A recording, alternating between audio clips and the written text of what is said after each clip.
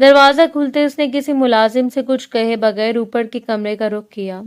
چند لمحوں بعد اس نے دروازے پر دستک دی۔ اندر سے اجازت ملی تو وہ دھیرے سے کمرے میں داخل ہوئی۔ سامنے فارس صوفے پر بیٹھا لیپ ٹاپ پر کام کر رہا تھا۔ آج ہفتہ تھا اس لیے وہ گھر ہی موجود تھا۔ دروازہ بند ہونے کی آہٹ پر اس نے سر اٹھایا۔ فارغ کو سامنے دیکھ کر اس کی پیشانی پر بل پڑ گئے۔ اس نے لیپ ٹاپ بند کیا اور سرد لہجے میں بولا، تم؟ حیرت ہے، تمہاری بہن کم تھی جو اب تم بھی مجھے نصیحتیں سنانے آ گئی ہو۔ فارغ نے اس کی بات کا جواب نہیں دیا۔ اس کی آنکھیں پہلے نم تھیں۔ چند لمحے خاموش رہنے کے بعد اس نے کانپتی آواز میں کہا، میں آج ڈاکٹر کے پاس گئی تھی۔ فارس نے بے نیازی سے اسے دیکھا۔ پھر؟ فارغ نے ہمت جمع کی، میں حاملہ ہوں۔ ایک لمحے کے لیے کمرے میں خاموشی چھا گئی۔ فارس کے چہرے پر حیرت کا ہلکا سا تاثر آیا، مگر وہ اگلے لمحے غائب ہو گیا۔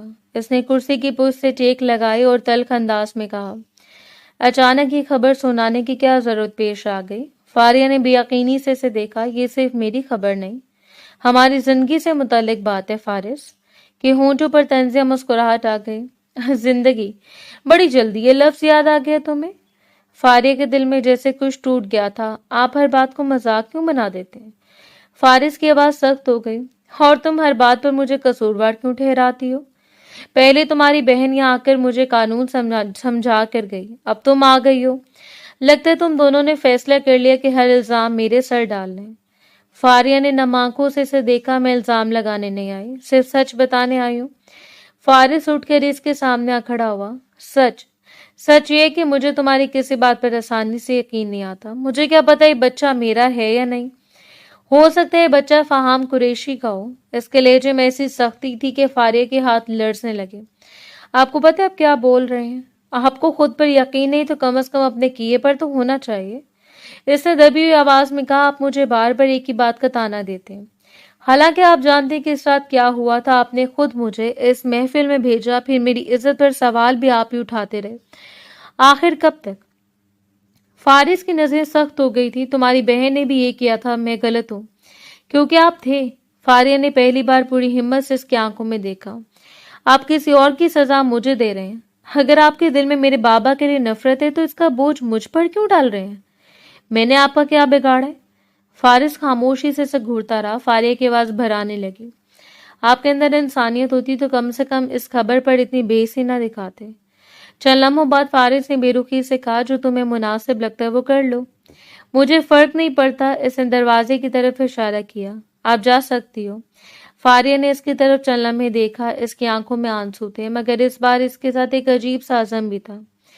اس نے آہستہ سے کہا، ایک دن آپ کو احساس ہوگا کہ آپ نے صرف ایک رشتہ نہیں بلکہ ایک انسان کا اعتماد توڑا ہے۔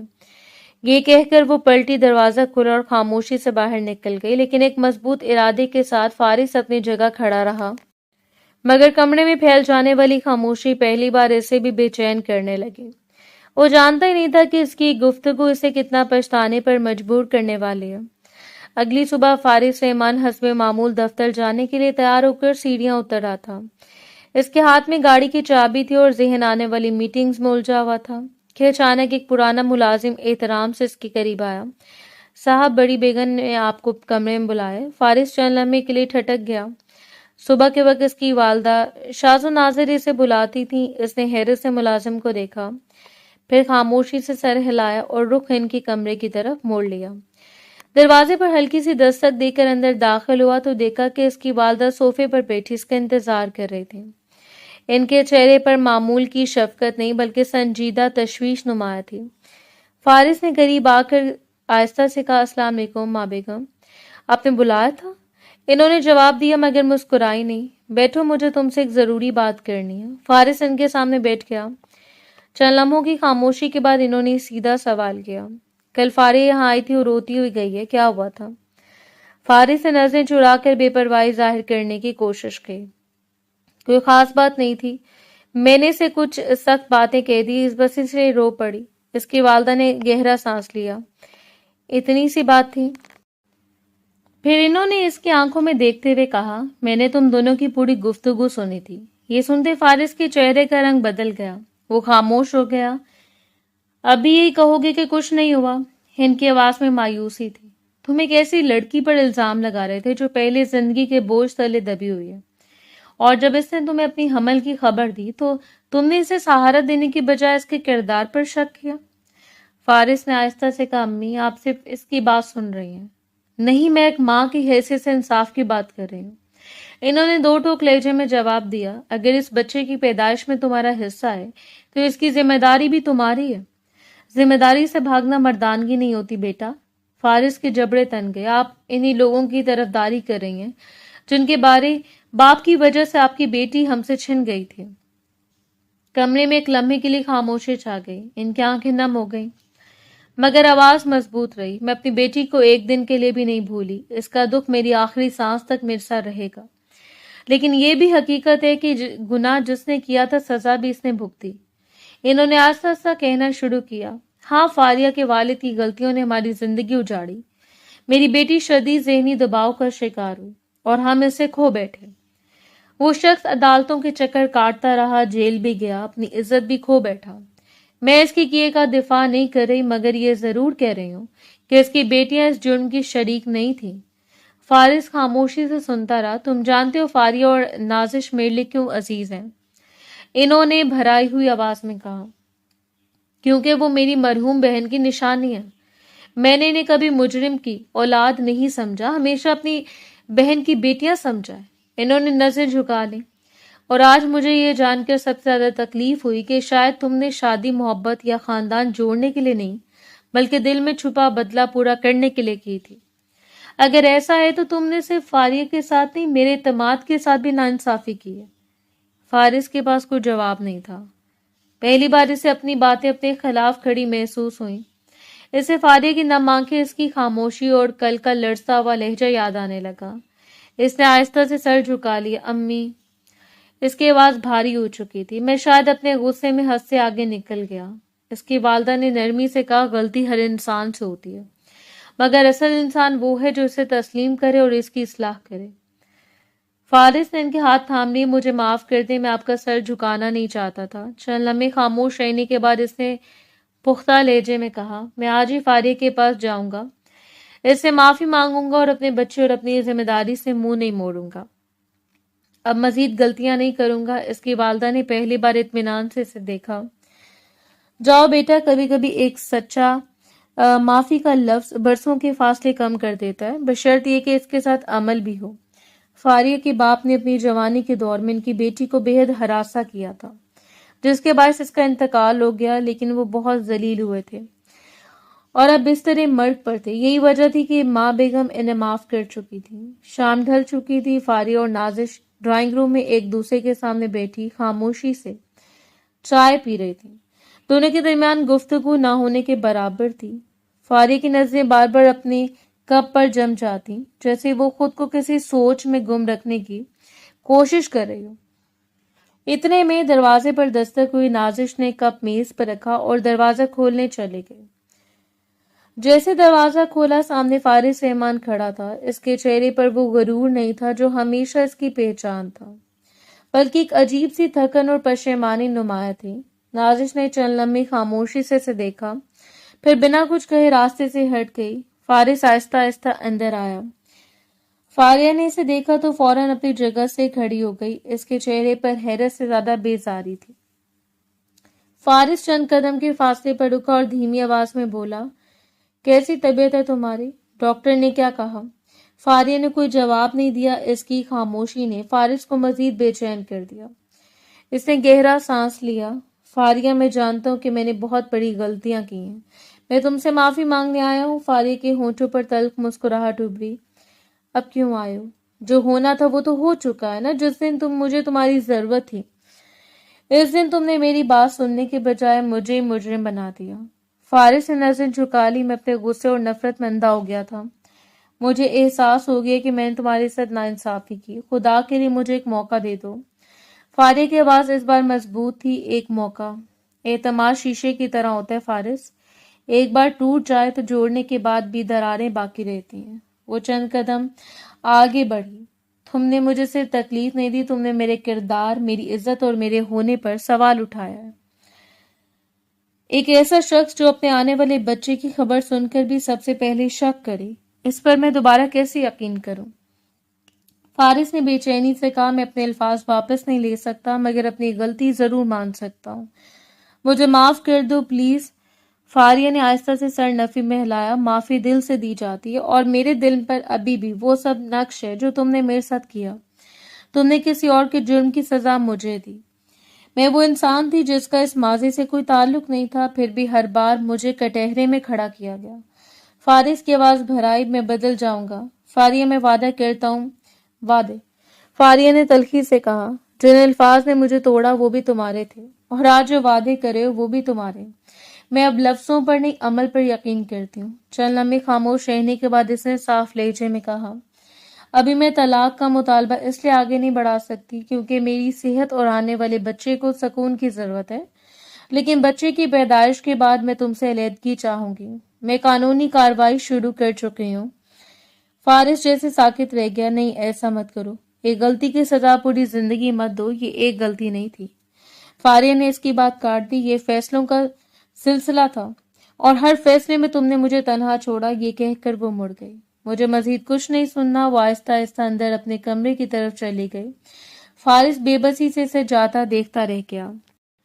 چند لمحوں بعد اس نے امید بھری نظروں سے نازش کی طرف دیکھا، تم اسے سمجھاؤ وہ تمہاری بات مان لے گی، میں واقعی اپنی غلطی پر شرمندہ ہوں۔ نازش نے سنجیدگی سے اس کی طرف دیکھا، میں کسی پر فیصلہ مسلط نہیں کرتی۔ فاریہ نے اپنا فیصلہ خود کیا ہے اور مجھے اس کے فیصلے کا احترام کرنا ہوگا۔ فارس نے بے چینی سے کہا، میں سب ٹھیک کرنا چاہتا ہوں۔ نازش نے دھیرے مگر واضح لہجے میں جواب دیا، اگر واقعی اصلاح چاہتی ہو تو اسے وقت دو، دباؤ نہیں۔ یاد رکھو، ٹوٹا ہوا اعتماد صرف معافی مانگنے سے واپس نہیں آتا۔ اور ایک بات، تمہارے دل میں برسوں سے جو ماضی کانٹے کی طرح چبھ رہا ہے، جب تک تم خود اسے نہیں نکالو گے، ہر رشتہ اسے کانٹے سے زخمی ہوتا رہے گا۔ فارس نے خاموشی سے نظر جھکا لی، چند لمحے وہ وہیں کھڑا رہا جسے الفاظ ختم ہو چکے ہوں، پھر آہستہ سے پلٹا، دروازہ کھلا اور خاموش قدموں سے باہر نکل گیا تھا، لیکن ایک مضبوط ارادہ کہ جبکہ گھر کے اندر ایک ایسی خاموشی باقی رہ گئی تھی جس میں ٹوٹے ہوئے رشتے کی بازگشت صاف سنائی دیتی تھی۔ وقت دھیرے دھیرے گزرتا جا رہا تھا، 9 مہینے گزر چکے تھے، ان 9 مہینوں میں بہت کچھ بدل گیا تھا۔ فارس رحمان نے ایک دن بھی اپنی ذمہ داری سے منہ نہیں موڑا تھا۔ ہر روٹین چیک اپ پر وہ خود فاریہ کو ہسپتال لے کر جاتا تھا، دواؤں کے اوقات اسے خود یاد دلاتا تھا، کھانے میں لاپرواہی پر ڈانٹ بھی دیتا تھا، اور اکثر دفتر سے سیدھا اس کے گھر آ کر اس کے لیے پھل، دودھ اور ضرورت کا سامان چھوڑ جاتا تھا۔ مگر ان سب کے باوجود فاریہ نے اپنے دل کے گرد بنی دیوار کبھی مکمل طور پر نہیں گرنے دی۔ احترام واپس آنا شروع ہوا تھا، لیکن اعتماد ابھی بھی راستہ ڈھونڈ رہا تھا۔ آج وہی دن تھا جس کا سب انتظار کر رہے تھے۔ آپریشن تھیٹر کے باہر فارس، بڑی بیگم اور نازش بے چینی سے کھڑے تھے۔ فارس کی نظریں بار بار بند دروازے پر جا کر رک جاتی، اس کی مٹھی بار بار بھن جاتی۔ اچانک دروازہ کھلا اور ڈاکٹر مسکراتی ہوئی باہر آئیں۔ ان کی باہوں میں سفید کمبل میں لپٹا ایک ننھا سا بچہ تھا۔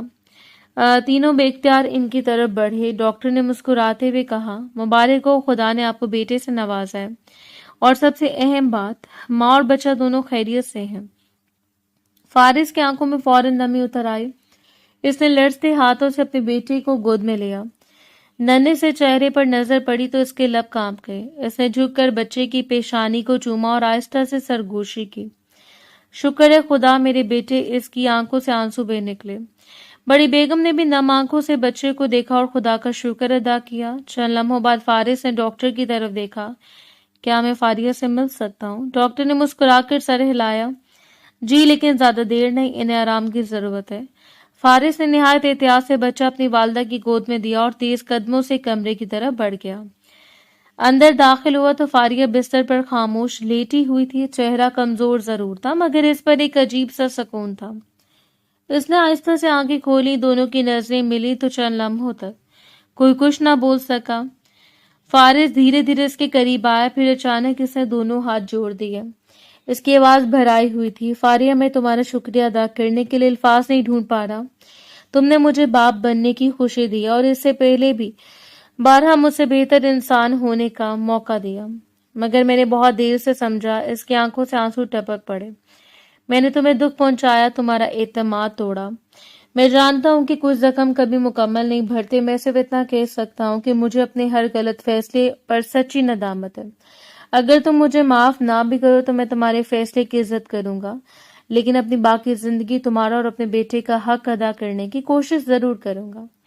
فارغ خاموشی سے اسے دیکھتی رہی. پھر اس نے دھیرے سے کہا، معافی دینا بھول جانا نہیں ہوتا فارس، کچھ درد ہمیشہ یاد رہتے ہیں تاکہ انسان دوبارہ وہ غلطی نہ دہرائے. فارس نے سر جھکا لیا. فاریہ نے کمزور سی مسکراہٹ کے ساتھ اپنا ہاتھ اس کی طرف بڑھایا. میں آج تمہیں معاف کرتی ہوں، صرف اس لیے کہ نہیں کہ تم میرے شوہر ہو، بلکہ اس لیے کہ میں نے پچھلے 9 مہینوں میں تمہارے اندر ایک بدلتا ہوا انسان دیکھا، اور میں نہیں چاہتی کہ ہمارا بیٹا نفرت کے سائے میں بڑا ہو. اسے ایک ایسا گھر ملنا چاہیے جہاں غلطی تسلیم کرنا کمزوری نہیں بلکہ کردار کی طاقت سمجھی جائے. فارس نے لڑتے ہوئے اس کا ہاتھ اپنے ہاتھوں میں لے لیا. اس کی آنکھوں سے آنسو مسلسل بہ رہے تھے. میں وعدہ کرتا ہوں آج کے بعد تمہیں کبھی اپنے احترام یا تحفظ کے لیے اکیلا کھڑا نہیں ہونا پڑے گا. میں ہر روز اپنے عمل سے تمہارا اعتماد واپس جیتنے کی کوشش کروں گا، چاہے اس میں پوری زندگی لگ جائے. فارغ کی آنکھیں بھی نم ہو گئیں. اس نے آہستہ سے کہا، رشتے صرف محبت سے نہیں چلتے، احترام، اعتماد اور ایک دوسرے کی رضا سے مضبوط ہوتے ہیں. اگر یہ تینوں قائم رہیں تو گھر جنت بن کر رہ جاتا ہے، اور اگر یہ ٹوٹ جائیں تو محل بھی قید خانہ محسوس ہوتا ہے. اگلے لمحے فارس نے احتیاط سے اس کے ماتھے کو چوما اور اس کے قریب جھک گیا. فاریہ نے بھی خاموشی سے اس کے کندھے پر سر ٹکا دیا. دونوں کی آنکھوں میں آنسو تھے، مگر اس بار ان آنسوں میں نفرت نہیں، سکھ، ندامت اور ایک نئی شروعات کی امید شامل تھی. کمرے کے باہر ننھا سا بچہ اپنی دادی کی گود میں پرسکون سو رہا تھا، جیسے وہ اپنی آمد سے اس گھر کو یہ سبق دے گیا ہو کہ انتقام نسلیں تباہ کر دیتے، جبکہ غلطی کا اعتراف، انصاف، احترام اور سچی توبہ ہی وہ بنیادیں ہیں جن پر مضبوط خاندان دوبارہ تعمیر ہوتے ہیں.